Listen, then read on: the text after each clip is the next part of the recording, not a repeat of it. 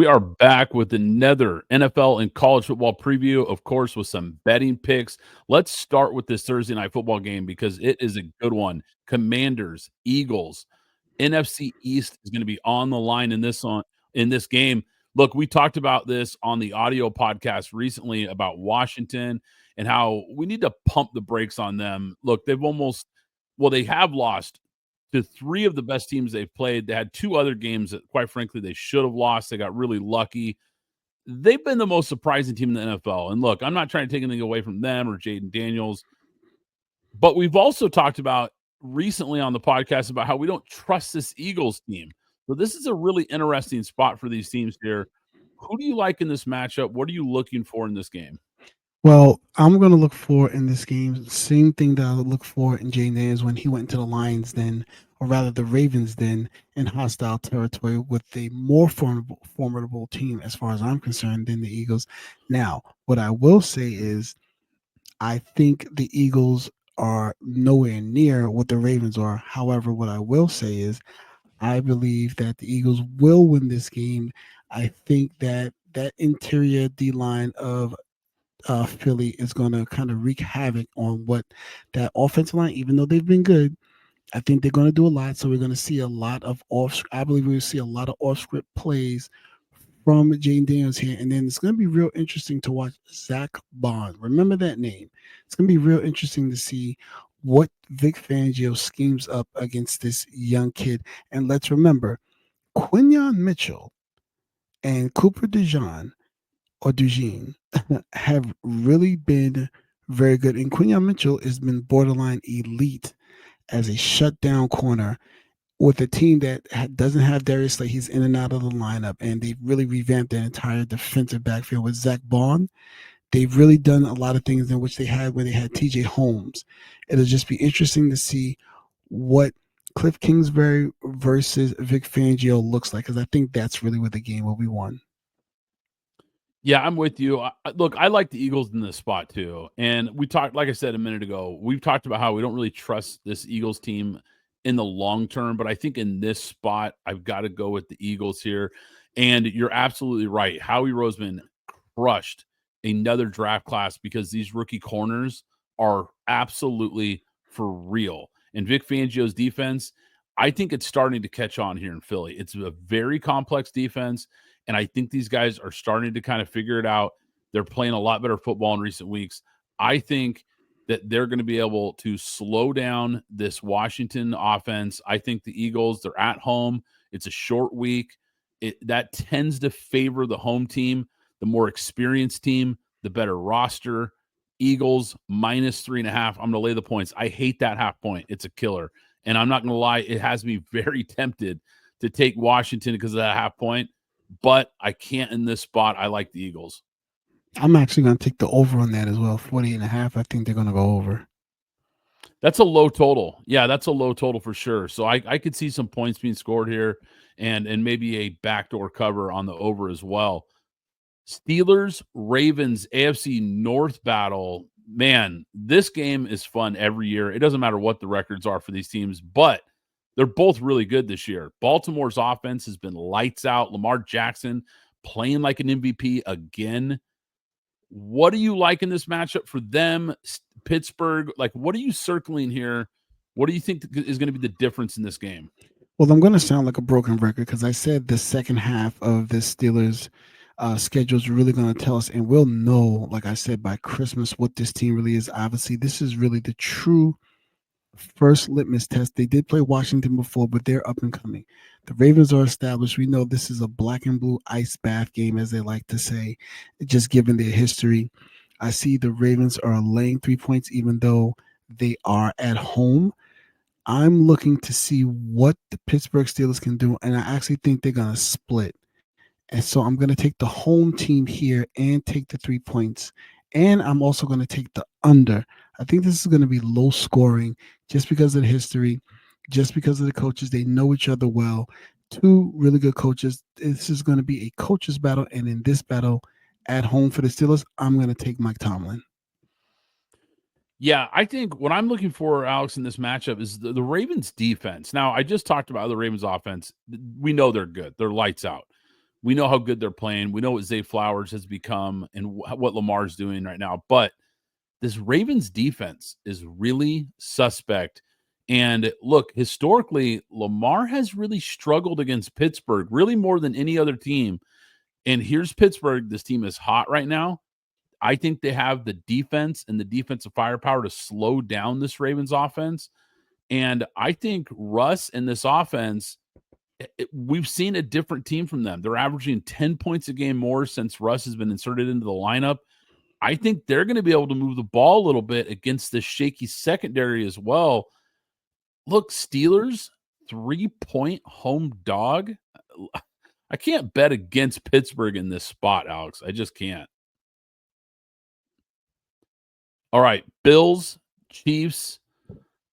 Man, once again, another big time NFL matchup this weekend. We've got some good ones here. Bills are a 2-point favorite here. And look, on paper, I think they should be the favorite here at home. They've been the more impressive team this year, even though KC is undefeated. What are you looking for in this matchup, Alex? Specifically, where do you see the edge in this game?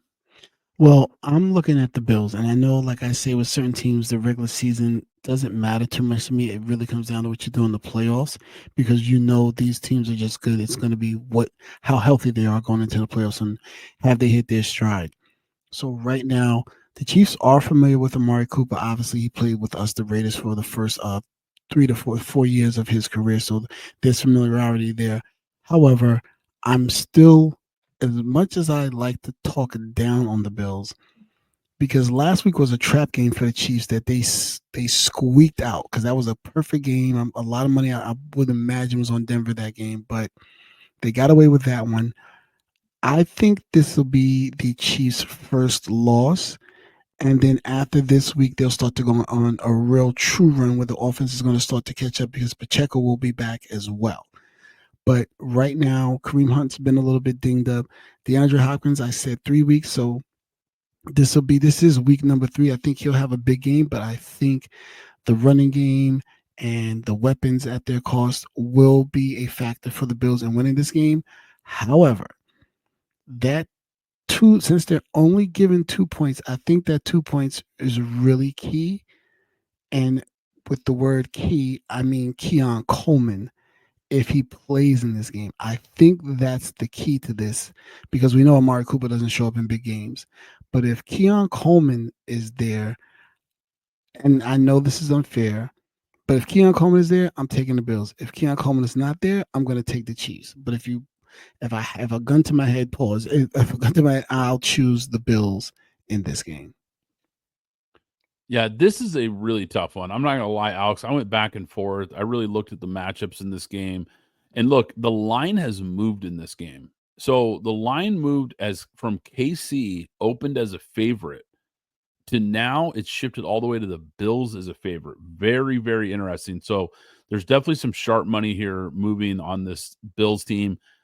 And everything on paper tells me the Bills here. I mean, I think they match up well, but I'm not betting against Reed and Mahomes. I'm just not. I've gotten burnt too many times, especially as a dog, which is so rare for them to be an underdog.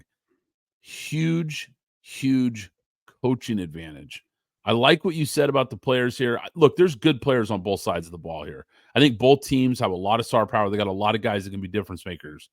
The one thing that really stood out to me was the massive coaching advantage for KC. They're also getting 2 points. Give me KC +2. I would not be surprised if the Bills get the first L on KC, but from a betting standpoint, I can't go against those guys. Bengals, Chargers. This is an interesting game here. So in this matchup, a lot of different angles to look at here. We've got these two quarterbacks from the same draft class. We've got a lot, we've got big time coaching matchup here. We've got some star power. What do you like in this matchup for the Bengals? What do you like for the Chargers? Where do you see an edge in this game? Well, I think the edge, if we're talking about on the Chargers side, I think the edge is the fact that Gus Edwards is back. If you looked at last week's game, they split the carries. And this is the one thing that I was worried about when people were talking about being very high on the Chargers early on, let's say the first 2 to 3 weeks of the season, was can J.K. Dobbins hold up for 17 games? And then Gus Edwards went down. So I think now that Gus Edwards is back, and that is also a fantasy alert. If he's sitting on your wire because he's been injured, go pick him up. If you're looking for an extra running back as you hit some of these bye weeks, he might be able to snake away a touchdown or two because he is a bruising back. But I'm really looking at the running backs here and that offensive line inserting their dominance, a la what we've seen from Detroit. On Cincinnati's side, had they won that game last week, I would be all in and wouldn't care anything about the Chargers. I'd be all in on the Bengals, trying to make the surge to do something only 3 teams in history has ever done, which is come from an 0-3 down and make the playoffs. But they didn't. However, they're still a formidable team. I do understand that Chargers defense, but I do say they haven't really played anybody except the Chiefs as a formidable team. They haven't really played anyone, and now here comes a lot of firepower. And especially if T. Higgins is back, I have to take the Bengals here because they're going to get off the snide and they're going to be a tough, tough, tough out the rest of the way. I'm going to take the Bengals here. Yeah, the matchup I'm looking at is this Bengals defense versus that Chargers offense, especially versus the run. And you talked about it there. Gus Edwards coming back, J.K. Dobbins, this offensive line. I think the Chargers have a big, big edge in that department. And we know the DNA of this team is now a run first team that sets things up for Herbert to make shots down the field. Bengals have this high powered offense, and Joe Public is all over the Bengals. And look, always, always fade the public, guys. They are betting up this team like crazy. The Chargers defense, I think, actually matches up pretty well versus the Bengals. I think the Chargers control the ball here. This is a team that doesn't make mistakes. I expect the Chargers to be able to get pressure on Joe Burrow as well. And look, if you look at Joe Burrow, as great as he's been, he hasn't been great versus pressure. And I think the Chargers are going to be able to do that in this game. I like LA. Now, look, LA is favored. They're a 1.5 point favorite, so just a slight favorite. But considering the matchup and considering how people are all over Cincinnati, Vegas knows something here, and I'm following the money here. I've got LA here in what should be a heck of a ball game. Now, one big, big time college football matchup that really overshadows everything else on Saturday. Georgia and Tennessee, massive game down south. Georgia is a 9.5 point favorite. I'm a little surprised by this line, Alex. This line seems pretty big to me. I'm kind of wondering if it has to do with the health of their quarterback. Look, he got hurt versus Mississippi State last week. The team's star running back, Dylan Sampson, also left with an injury. So I'm wondering if that's factoring in to Georgia being a heavy favorite over Tennessee right here. What are your thoughts in this matchup, and what do you think of that line? Well, the line, you're absolutely correct with the injury to Nico there at Tennessee. However, you said it, it's a big, big, big game. And when we emphasize big game, we have to stay away from Carson Beck because he's been terrible, terrible, terrible in these big games. I'm going to take Tennessee. I know Georgia's at home, but I'm taking Tennessee, especially those 10 points, because Carson Beck, one thing's for certain, two things for sure. He's going to give them he's going to give the ball away at least 2 to 3 times this game, and they're going to have a short field where they can do some damage. So I'm going to take Tennessee because Carson Beck is really he's not on my radar in any way, shape, or form. He is just terrible in these big games. Yeah, this is really hard. This one's tough because I think that number is big because I think Vegas knows something about the health. I think they know that this is a shaky spot where we might not see Nico, we might not see Dylan Sampson. So that high powered offense, I think, could really come into this game limping a little bit. And look, this is a de facto playoff game. We talked about it last week in the Ole Miss spot versus Georgia, how that was basically a playoff game for them. Well, this now, after that loss to Ole Miss, this becomes a de facto playoff game in the SEC. Huge, huge college football implications on the line. Tennessee comes in, like I said, with this high powered offense, but the question marks at the quarterback position have me concerned. Now, Tennessee's D line can get after quarterbacks and they can Yep. make some problems here. So if they can force Carson Beck off his spot, we know, like you said, he's prone to turn the ball over. Georgia almost a 10-point favorite at home. Gosh, I don't know. Vegas knows something here. This line is too big. It's got me scared here to take Tennessee.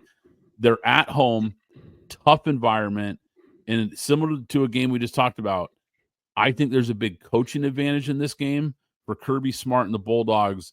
And look, as bad as Carson Beck has been, as shaky as that offense has been, that Bulldogs defense is still elite. I'm taking Georgia to win this game, but Wow. there's a caveat. I'm taking Tennessee to cover the spread. Okay. I think they find a way to make this close. I think this could come down to a field goal, maybe a late score. So I like the value at 9.5 points, but I'm going to take Georgia in that defense. So, Brad, before we get out of here, let me give you two upsets. We gave you the wonderful upset last week that no one paid attention to, Alabama over LSU. Let me give you not one, but two this week. Clemson against Pittsburgh. At home is Pittsburgh, and Clemson is given 10 points. I'm going to take Pittsburgh and the 10 points. And then here's the shocker. As crappy as my Florida Gators have been, give me the Gators over LSU coming down to the Swamp. Take a look at that line, Brad. The Gators have not been good. Why is LSU only giving 4 points? That's something to think about when we don't have a quarterback and we've really been up and down and really more down than up when I say that. There's something as you like to say, Vegas knows about this game. Give me Florida to upset LSU. All right, I've got an upset for you, and this might shock you, Alex. How about, once again, not on the money line, but I'll take the plus 14 points Wisconsin versus the number one team in the country, Camp Randall. They're going to be – that is a tough environment. It's going to be a cold game. It's going to be a long road trip for this number one team, Oregon, flying out to Wisconsin. Madison is going to be cold. It's going to be loud. It's going to be rocking. Look, this is a 5-win team in Wisconsin, but they're well coached. And just like you talked about with that Vegas line, why is this only a 2-touchdown spread to the number one team, the undefeated team in the country, and it's only 2 touchdowns? That tells me something here. I think Wisconsin finds a way to keep this game close and kind of shock some people. Circle that game. That's going to be not necessarily the upset, but if you want an upset as far as the spread, I like Wisconsin plus 14 in this one. Look, guys, we hope you enjoyed the show here. And if you did, do us a favor, hit that like button, hit the subscribe button. So you check out, that way you're checking out all the new stuff that comes out from us. Of course, we've got the audio version of the podcast, and then we do the weekly show here on YouTube as well, YouTube shorts and exclusive content. So guys, do us a favor and hit that like and subscribe button right now.